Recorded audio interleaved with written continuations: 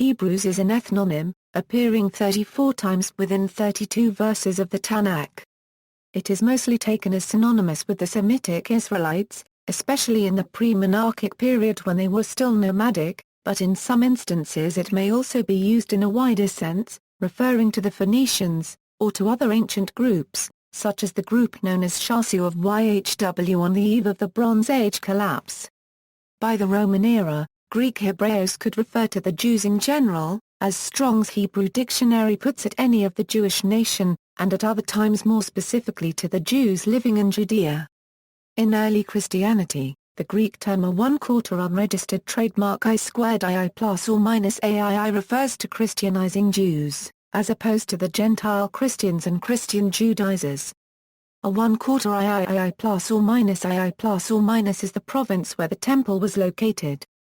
In Armenian, Italian, Kurdish, Old French, Russian, Romanian and a few other languages the transfer of the name from Hebrew to Jew never took place, and Hebrew is the primary word used for a Jew. Etymology: the origin of the term remains uncertain. The biblical word ዒβρίοι, meaning to traverse or pass over, is usually rendered as Hebrew in English, from the ancient Greek a one-quarter unregistered trademark I² plus or minus AII and Latin Hebraios. In the plural it is ዒvrim, or ʿIbrim. In Genesis 10:21 Shem, the elder brother of Ham and Japheth, firstborn son of Noah, is referred to as the father of the sons of Eber, which may have a similar meaning. Some authors argue that ʿIbrî denotes the descendants of the biblical patriarch Eber, son of Shelah, a great-grandson of Noah and an ancestor of Abraham, hence the occasional anglicization Hebraites. Shasu of Yhw. The hieroglyphic rendering of the Egyptian word angstrom 3sw means those who move on foot. The name Shasu of Yhw, for example the name rings from Sulb and Amara West, corresponds very precisely to the Hebrew tetragrammaton Yhwh. The demonym Israel can reasonably be referred to as Shasu enclave, and it can be concluded that the Shasu originated from Moab and northern Edom and eventually helped to constitute the nation of Israel, which later established the Kingdom of Israel. The Shasu are mostly depicted hieroglyphically with a determinative indicating rather a land than a people, referencing people of that particular land. ḥibrîm. Since the discovery of the second millennium inscriptions mentioning the ḥibrîm, there have been many theories linking these to the Hebrews. Some scholars argue that the name Hebrew is related to the name of the semi-nomadic ḥibrîm people, who are recorded in Egyptian inscriptions of the 13th and 12th centuries BCE as having settled in Egypt. This is rebutted by others who propose that the Hebrews are mentioned in older texts of the Third Intermediate Period of Egypt as Shasu of Yhw. Modern scholars conclude that the attempts to relate Apparat to the Hebrew word ʿIbrî are not fruitful. Hyksos. The Jewish historian Josephus maintains that the Hyksos were in fact the children of Jacob who joined his son Joseph in Egypt to escape a famine in the land of Canaan. The Hyksos first appeared in Egypt during the 11th dynasty. They came out of the Second Intermediate Period in control of Avaris and the Nile Delta and ruled Lower Egypt as Semite kings. Kamose, the last king of the Theban 17th dynasty, refers to the Hyksos king Apapais as a chieftain of Regenu. At the end of the 17th dynasty of Egypt, they were expelled by an ethnic Egyptian pharaoh. The term Hyksos derives from the Egyptian expression hikakazuit. Josephus records the false etymology that the Greek phrase Hyksos stood for the Egyptian phrase Hekw Shasu meaning the shepherd kings, which scholars have only recently shown means rulers of foreign lands. Use as synonym for Israelites. In the Old Testament, the term Hebrew is normally used by Israelites when speaking of themselves to foreigners, or is used by foreigners when speaking about Israelites. Israelites are defined as the descendants of Jacob, son of Isaac, grandson of Abraham.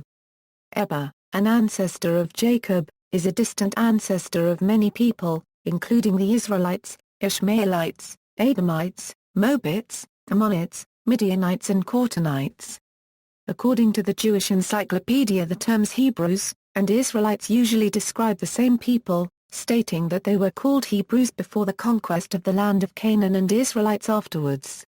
Professor Nehman and others say that the use of the word Hebrew to refer to Israelites is rare, and when used it is used to Israelites in exceptional and precarious situations, such as migrants or slaves. Use as synonym for Jews. By the Roman period, Hebrews could be used to designate the Jews, who use the Hebrew language.